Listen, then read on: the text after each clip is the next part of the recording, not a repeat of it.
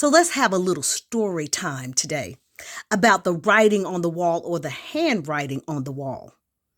So I was listening to some of the mystics because they update on Sundays. And one talked about literally as if the world has been in a holding pattern in a portal, like we don't know which way we're going, and there's a pull and a tug of war that's going on. And I thought about the handwriting or the writing on the wall. So there was a king. His name was Belshazzar. And he was having a big old banquet and partying and getting on down. He had his wives and he had his concubines present. And he was just going and they were getting down. And all of a sudden he said, you know what? That group of people that we captured, go get the sacred goblets and things from their temple. Bring them.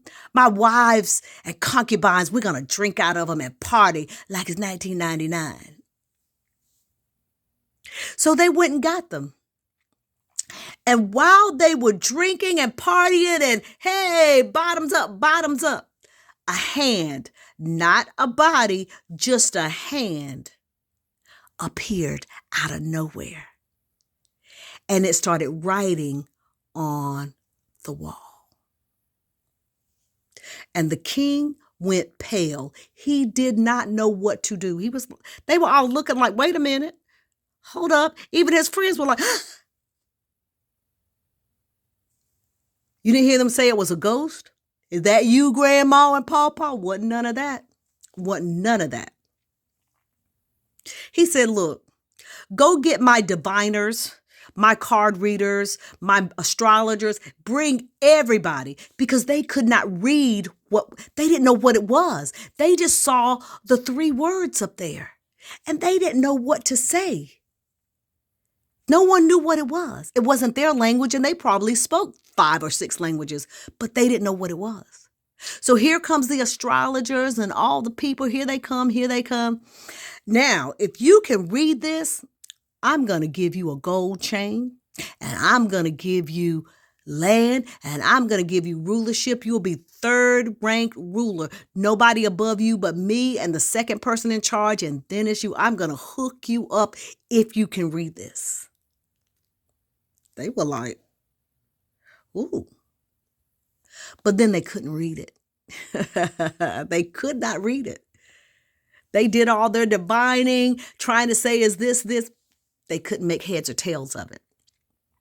And one of the king's wives, she said, you know what? When your dad was king, when Nebuchadnezzar was king, he had a little Jewish boy who was known to be faithful to the Most High and honoring of the Most High. He put him over all of the astrologers.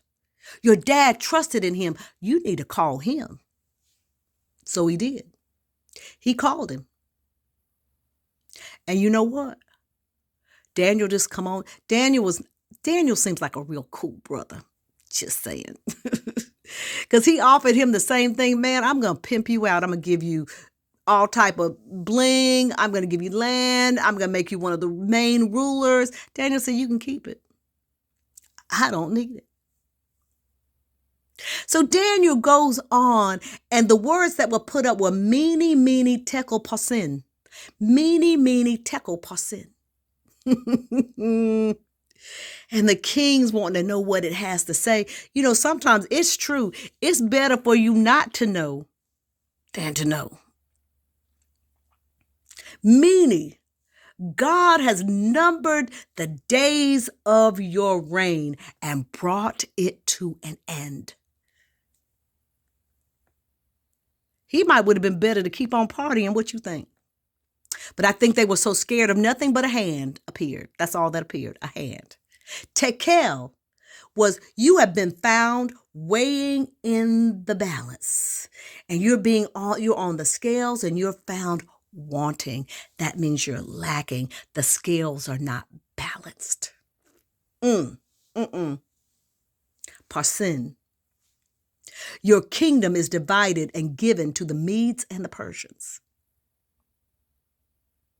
And from what I read, it happened that baby, God didn't give him a week or two to pack up. No 2-week notice. No.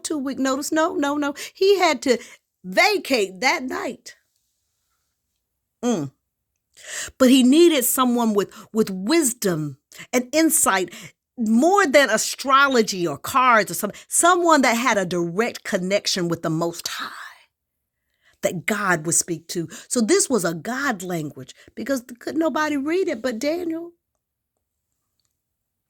Far as I can see, it's not Hebrew, and it was a spoken language then, so they should have known that. So that feeling that we have that we're weighed in the balance, I believe in we won't come up wanting. But my part in this is watching and praying. What you doing? Are we waiting for the mene tekel parsin? Are we waiting to hear what God has, for the hand to appear, to hear what God has to say to us? Remember, this is not the 92% or the over 78%. It's not their lesson to learn. It's yours. Baby, if you're not praying, if you're not fasting, I know we are. If you're not doing something,